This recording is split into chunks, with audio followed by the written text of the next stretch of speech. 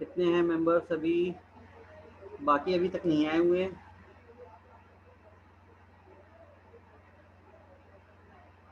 Message तो सभी को मिल गया था।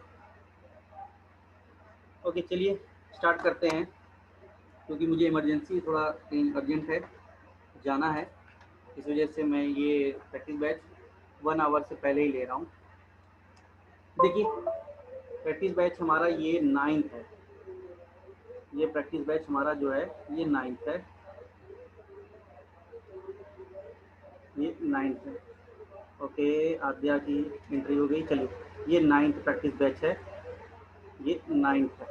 ओके इतना टाइम नहीं था कि मैं इसको चेंज कर पाऊँ। तो ये पहला क्वेश्चन है, हिंदी में ही क्वेश्चन है कि एक व्यक्ति अपनी आय का 25% बचाता है। यदि उसकी आय 20% वृद्धि हो जाती है, फिर भी वह पूर्व से बराबर धनराशि बचाता है, तो उसके खर्च में हुई वृद्धि का प्रतिशत कितना होगा? इस टाइप के क्वेश्चन मैंने आपको पहले कराए हैं। देखिए कि ये है income minus expenditure equal to क्या जाएगा? सेविंग्स। ठीक है, कह रहा है एक व्यक्ति अपनी आय का 25% बचाता है। 25% का मतलब 1 बचाता है। कब बचाता है? 25% मतलब 75% खर्च कर देता है, मतलब 3 खर्च कर देता है। तो टोटल इनकम कितनी रही होगी? 4 रही होगी। टोटल इनकम कितनी रही होगी? 4 रही होगी। बात समझ में आया? देखिए रिवर्स चलेंगे। 25% बचाता है मतलब 75% खर्च कर देता है, तो इनकम कितनी होगी? 100% रही होगी तब तो। ठीक है, अभी क्या है कि आय की वृद्धि हो रही है 20%। अगर 4 का मैं 20% बढ़ाऊंगा तो क्या है कि डेसिमल में चला जाएगा। ओके ये ओल्ड है और ये न्यू है। ठीक है, तो मैं क्या करता हूँ, 4 का ना बढ़ाकर आप 2 जीरो सभी में बढ़ा दीजिए। तो 400 माइनस 300 इक्वल टू 100। तो रेशियो चेंज नहीं होगा इनकम एक्सपेंडिचर और सेविंग का। अब क्या करिए, आप इसको इंक्रीज कर सकते हैं, 20% इंक्रीज कर दीजिए, प्लस कर दीजिए 20%। तो ये कितना हो जाएगा? 480। मतलब न्यू इनकम उसकी कितनी होगी? 480 रुपीज हो गई। ठीक, अभी क्या कह रहा है कि आय में 20% की वृद्धि हो जाती है, फिर भी वह पूर्व से बराबर धनराशि बचाता है। मतलब अभी भी वो कितना बचा रहा है? 100 रुपीज ही बचा रहा है। तो इसका मतलब है कि यहाँ पर जो खर्च कर रहा होगा वो कितना कर रहा होगा? 480 में से 100 बचा रहा है, तो कितना खर्च कर रहा होगा? 380 रुपीज खर्च कर रहा होगा। 380 रुपीज खर्च कर रहा होगा। आपको देखना है, ये बताना है, तो उसके खर्च में हुई वृद्धि का प्रतिशत बताना है। तो खर्च पहले वो 300 करता था, अब कितना? 380 रुपये खर्च कर रहा है। कितनी वृद्धि हो गई? Plus 80 rupees.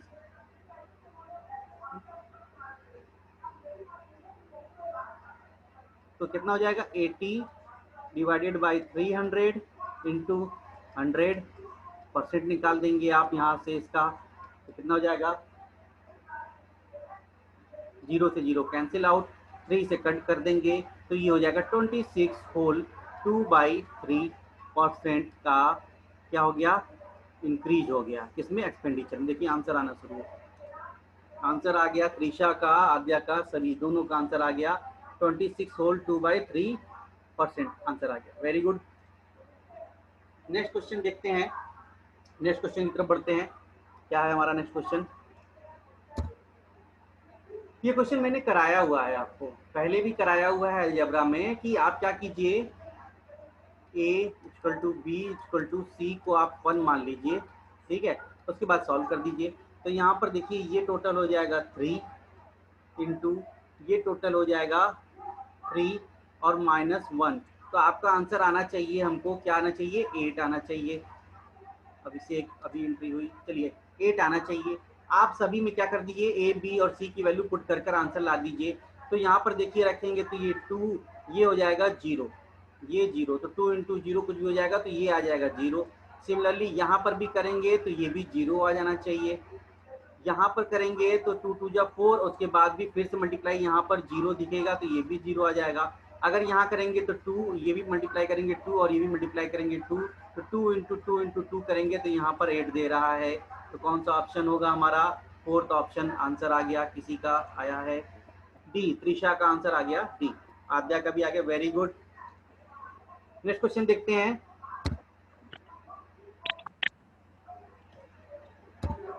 देखिए, एक संख्या के 38% और उसी संख्या के 22% के बीच का अंतर कितना है?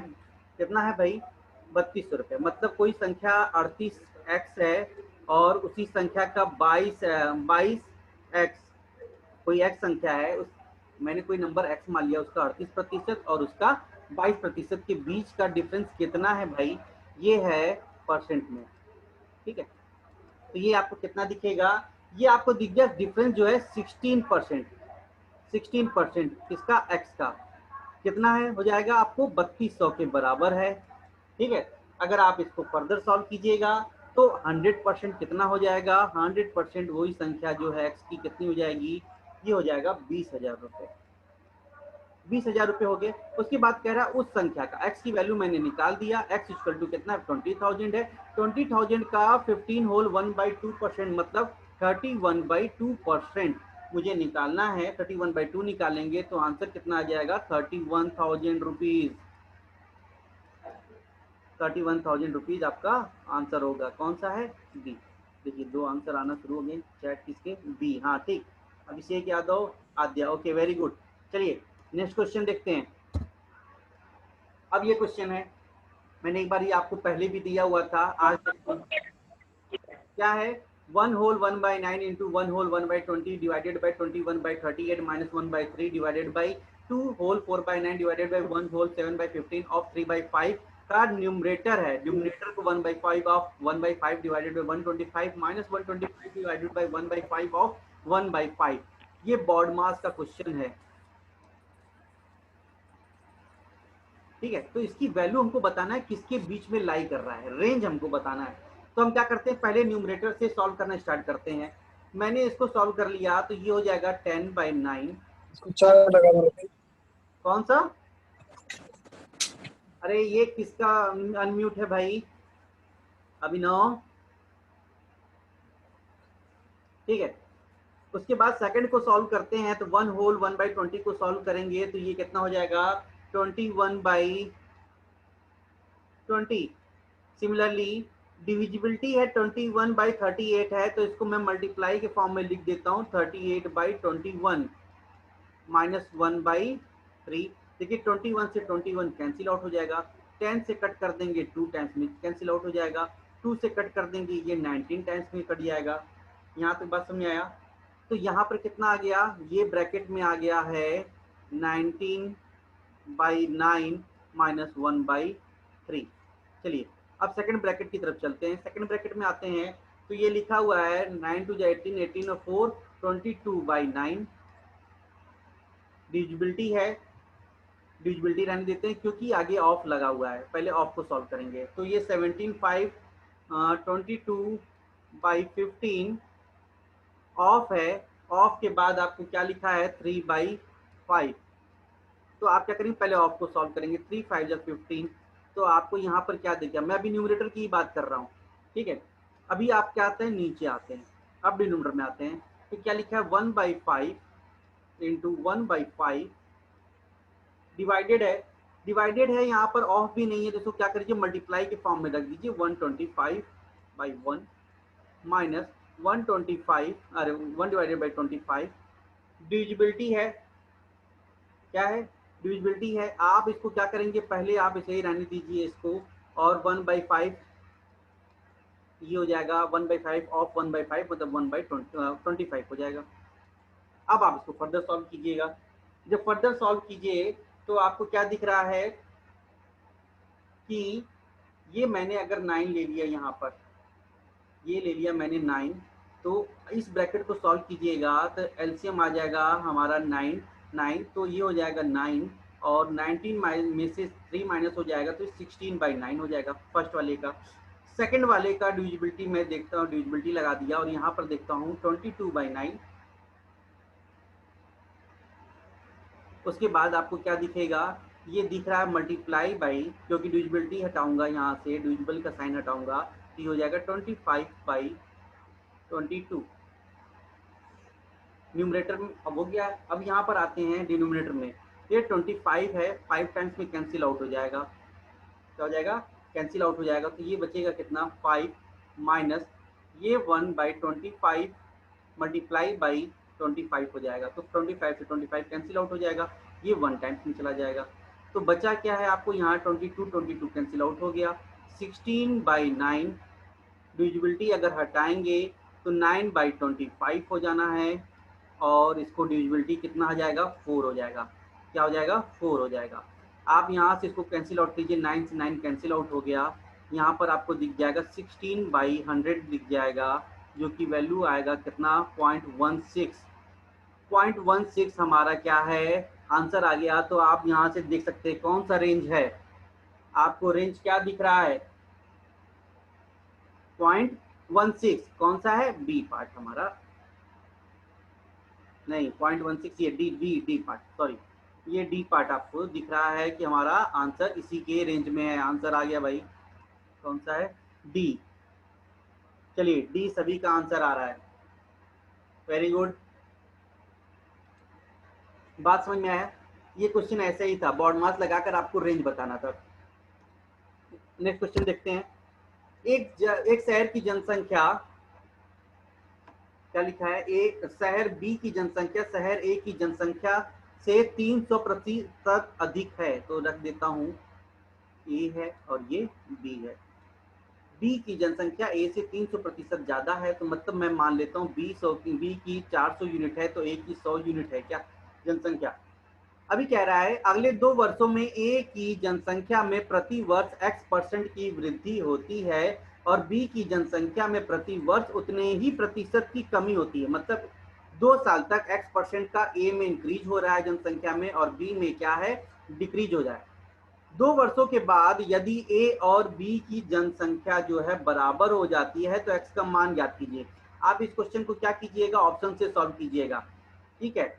मैं ऑप्शन से आपको बताऊंगा सॉल्व करना, ध्यान रखिएगा इसको कि ऐसा ही कीजिएगा कि बेसिक मत लगाने जाइएगा, वरना 100 माइनस एक्स 100 माइनस एक्स या 100 प्लस एक्स करते चले जाएंगे तो वैल्यू ज्यादा चला जाएगा। आप क्या कीजिए? ऑप्शन लेकर सॉल्व कीजिए। अगर मैंने 25 ले लिया, 25 मैं इसको पहले फर्स्ट ईयर बढ़ाता हूँ, प्लस 25% बढ़ाऊंगा तो ये हो जाएगा 125। फिर से 125 का अगर मैं 25% बढ़ाऊंगा तो ये कितना हो जाना चाहिए? 125 डिवाइडेड बाई 4 हो जाएगा, तो ये हो जाएगा 31.5 इंक्रीज हो जाएगा इसके अंदर। तो ये कितना हो जाना चाहिए? 156.5 हो जाना चाहिए। चलिए 25% मैंने 2 साल बढ़ा दिया। अब उसके बाद कह रहा है कि इसके अंदर 25% मैं डिक्रीज करता हूँ, -25% डिक्रीज होना चाहिए 25%। तो आपको दिखेगा 300, और 300 में से भी फिर से अगर मैं करूँगा 25% अगर डिक्रीज कर दूंगा, और अभिनव ठीक, -25% कर दूंगा तो आपको दिख रहा है 75 का, मतलब 225 होना चाहिए था। दोनों बराबर तो नहीं हुआ। क्या कह रहा है कि दोनों एक में इंक्रीज हो रहा है एक में डिक्रीज हो रहा है, तो 2 वर्षों के बाद ए और बी की जनसंख्या बराबर हो जाती है। यहाँ बराबर तो नहीं हुआ, मतलब ये हमारा फर्स्ट वाला जो है सेटिस्फाई नहीं किया, ठीक है। तो अभी मैं इसको हटा देता हूँ जब ये सेटिस्फाई नहीं किया है। तो बात समझ में आया कि ये सेटिस्फाई नहीं किया है, तो मैं क्या करता हूँ? इसको हटा देता हूँ, ये हटा दिया मैंने। अब सेकंड ऑप्शन लेते हैं।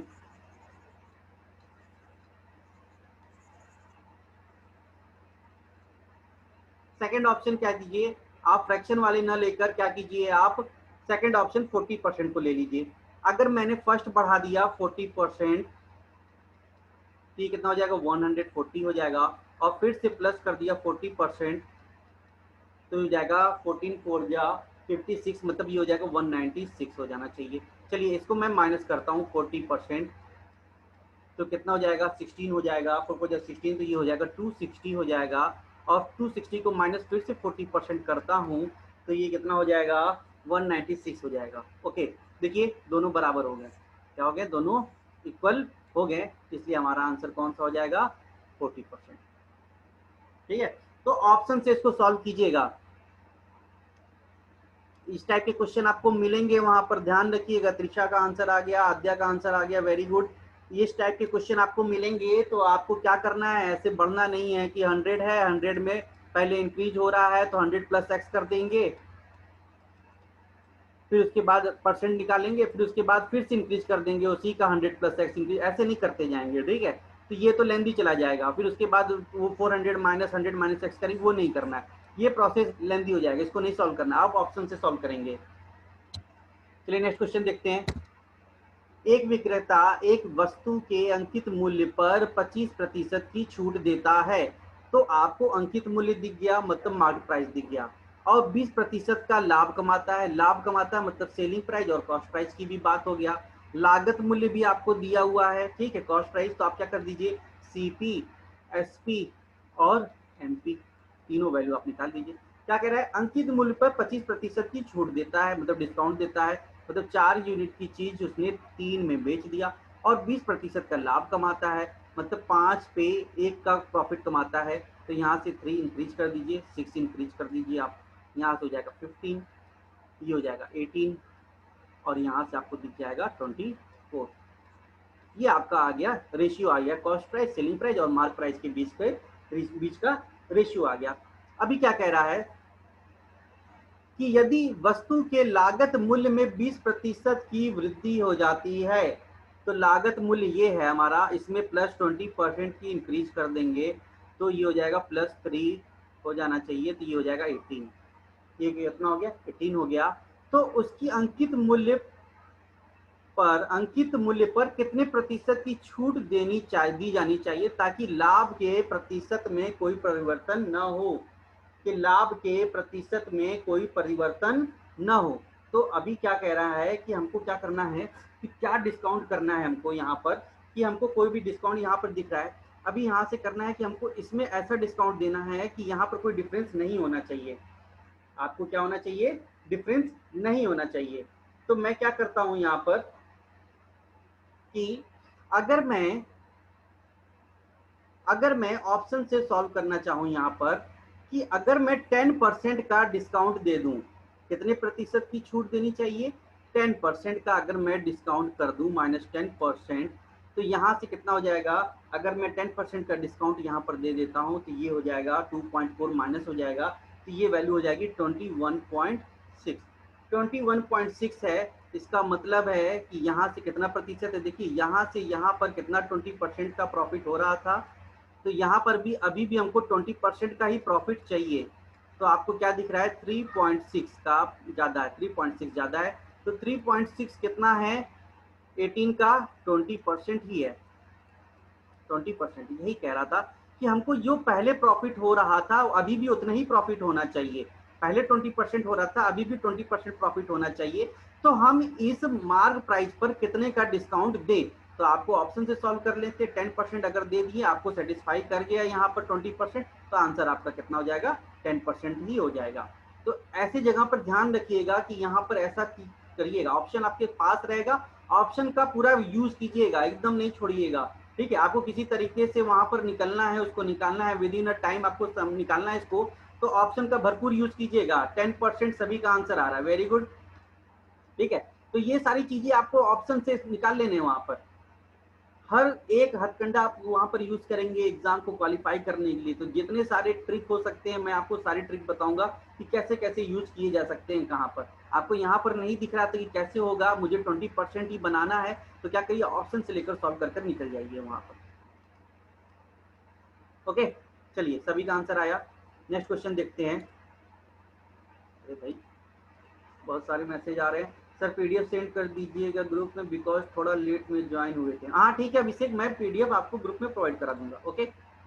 चलिए नेक्स्ट क्वेश्चन देखते हैं। नेक्स्ट क्वेश्चन आपके सामने है, एक वस्तु को एक निश्चित मूल्य पर बेचा गया, ठीक है, यदि इसे उस मूल्य के 4/5 पर बेचा जाता तो 10% की हानि होती, प्रारंभ में वस्तु को कितने लाभ प्रतिशत पर बेचा गया था, ठीक है। तो आपको पहले तो डिसाइड करना है कि कोई एक प्राइस लेना है, निश्चित मूल्य पर बेचा गया तो कोई एक सेलिंग प्राइस पहले कोई हमको डिसाइड करना है, तो आपको इस फ्रैक्शन से ही पता चल रहा है, इसका डिनोमिनेटर 5 है, तो ऐसा कुछ लीजिएगा कि जो 5 से डिविजिबिलिटी हो, तो मैंने सेलिंग प्राइस मान लिया कितना, 500 मान लिया। ठीक है, अभी क्या कह रहा है, मैंने 500 सेलिंग प्राइस मान लिया। यदि इसे उस मूल्य के 4/5 पर बेचा जाता, मतलब 500 के 4/5 पर बेचा जाता, ठीक है, तो 10% की हानि होती। तो ये कितने के बराबर है, 90% के बराबर है। तो 100% कितना होगा, तो इस यहाँ से आपको क्या मिल जाएगा, इसका कॉस्ट प्राइस मिल जाएगा। ध्यान से देखिए कि इसके सेलिंग प्राइस की 4/5 पर बेचा जाता तो 90% के बराबर होता, तो उसका 100% मैं निकाल दूंगा, तो आपको कॉस्ट प्राइस मिल जाएगा। देखिए 5 से कैंसिल आउट कर दिया, ये 100 टाइम्स में चला गया। आपको यहाँ से इसको कैंसिल आउट कर देंगे, 0 से 0 कैंसिल आउट हो जाएगा। तो आपको क्या दिख रहा है, ये 4000/9 जो है हमारा कॉस्ट प्राइस है। तो अभी क्या पूछ रहा है कि प्रारंभ में वस्तु को कितने लाभ प्रतिशत पर बेचा गया था। तो आपका कॉस्ट प्राइस ये है, सेलिंग प्राइस ये है। ठीक है, आपको इसका क्या निकालना है, प्रॉफिट निकालना है। प्रॉफिट परसेंट निकालना है। Profit percent equal to profit divided by cost price into 100 और ये परसेंट। ठीक है, तो आप यहाँ से देखिए प्रॉफिट कैसे निकलेगा, तो 500 माइनस 4000 डिवाइडेड बाई 9, मतलब क्या हो गया, प्रॉफिट इक्वल टू क्या हो गया, selling price minus cost price divided by cost price कितना है हमारा, 4000 डिवाइडेड बाई 9 इंटू 100। अच्छा क्वेश्चन था। और इसका आप क्या करेंगे, परसेंट निकाल देंगे। क्या कर देंगे, परसेंट इसका निकालेंगे। तो ये वैल्यू आएगी 500/9 डिवाइडेड बाई 4000/9 इंटू 100। तो 9 से 9 कैंसिल आउट हो गया, 500 से कट कर गया 4000 8 टाइम्स में, तो 1/8 आ जाएगा। 1/8 इंटू 100% आपको यहाँ पर दिख रहा है, ये होगा 12.5। 1/8 मतलब 12.5% आपका आंसर आना चाहिए। तो कहाँ गया, 12.5% आपका आंसर यहाँ पर गिवन है। एक बार मुझे चैट ले लेने दीजिए, देख लेने दीजिए। हाँ वो चैट है, हाँ 12.5 सभी का आंसर आया, वेरी गुड। चलिए नेक्स्ट क्वेश्चन देखते हैं। ये क्वेश्चन भी मैंने आपको कराया हुआ है अलजेब्रा में। मैं इसलिए बार बार इस टाइप के क्वेश्चन ला रहा हूँ क्योंकि ये इस टाइप के क्वेश्चन क्या हर बार रिपीट हो रहा है। आपको क्या दिया है कि x की पावर 6 माइनस 512 y की पावर 6 इक्वल टू दिया x स्क्वायर प्लस ए वाई स्क्वायर, मतलब प्लस वाले फॉर्म में दिया है। तो इसको प्लस वाले फॉर्म में ही ब्रेक करेंगे। ठीक है, प्लस वाले फॉर्म में कैसे ब्रेक करेंगे, मैंने देखिए x की पावर 6 को क्या लिखा, x स्क्वायर की पावर 3 ए क्यूब माइनस, माइनस नहीं करना है क्योंकि मुझे यहाँ प्लस वाला फॉर्म दिख रहा है, यहाँ प्लस वाला फॉर्म दिख रहा है, तो मुझे प्लस वाला ही फॉर्मूला रखना है, A cube plus B cube वाला फॉर्मूला रखना है। A cube plus minus 8 Y square का होल क्यूब।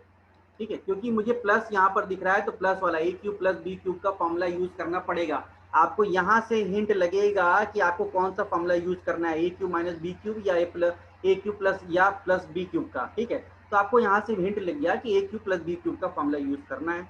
तो आपका इसका फॉर्मूला क्या होता है, इसका फॉर्मूला होगा देखिए A cube plus B cube equal to A plus B.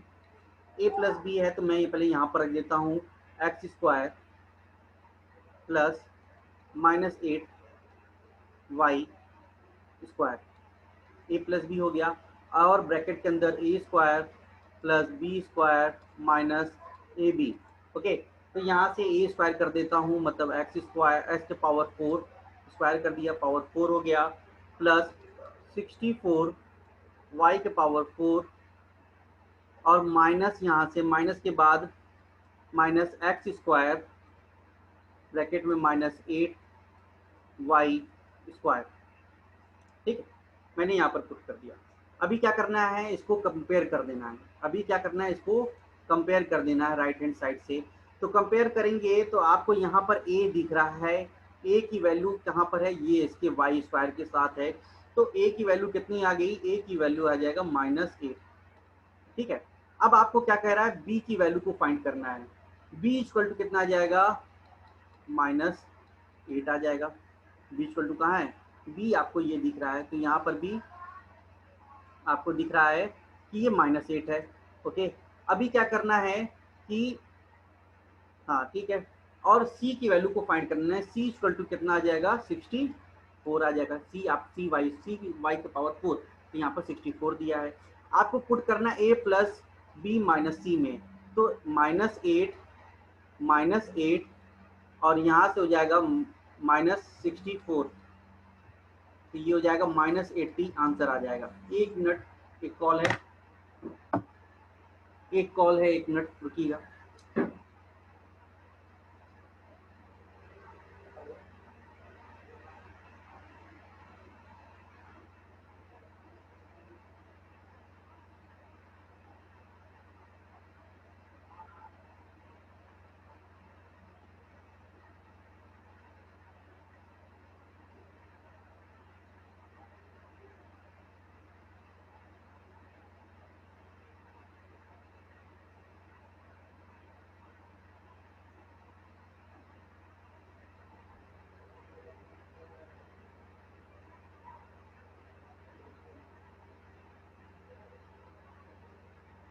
Sorry, एक इम्पॉर्टेंट कॉल आ गया था।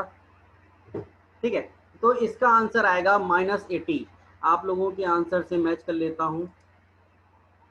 -80, हाँ वेरी गुड। चलिए -80 आंसर आएगा।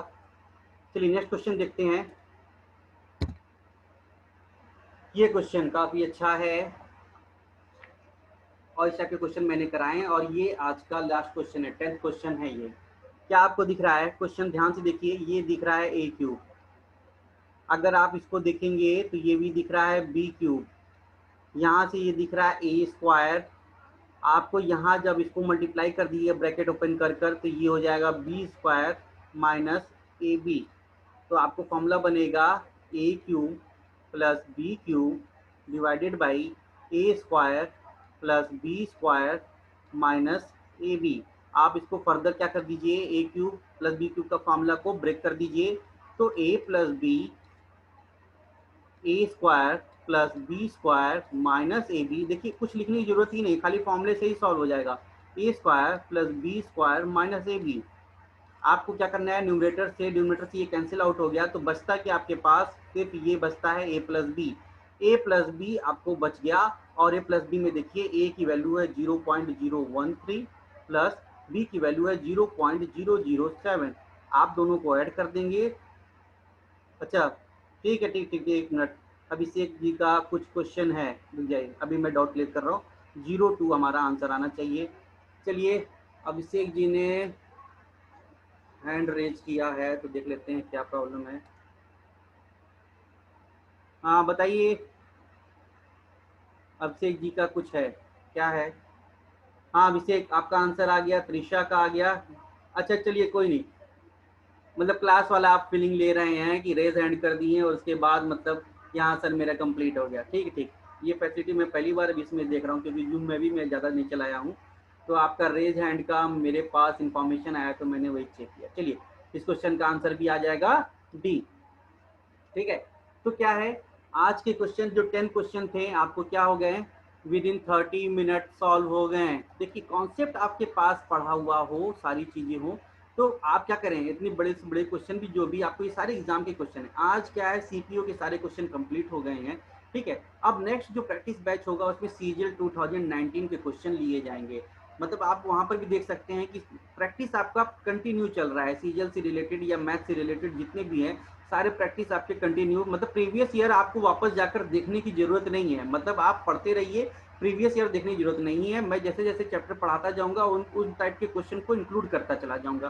तो अभी मेंसुरेशन के बाद मैं ज्योमेट्री में एंट्री करूंगा, तो ज्योमेट्री के क्वेश्चन भी उसमें इंक्लूड करता चला जाऊंगा आपके प्रैक्टिस। मतलब प्रीवियस ईयर आपको ज्यादा आपको टेंशन लेने की जरूरत नहीं है, प्रैक्टिस करते रहिए। आप प्रैक्टिस में बने रहेंगे, डेली क्लासेस जो प्रैक्टिस हो रही हैं, रेगुलर क्लासेस चल रहे हैं, तो उसका आपका प्रॉफिट मिलेगा, जरूर मिलेगा। ठीक है, बस वही है कि आपका एग्जाम होने वाला है, आरआरबी एनटीपीसी का डेट आ गया है। ठीक है, और एनटीपीसी का सिलेबस आप उठाकर देख लीजिएगा, सिलेबस सेम है, सिलेबस जो है सेम है, कोई डिफरेंट नहीं है।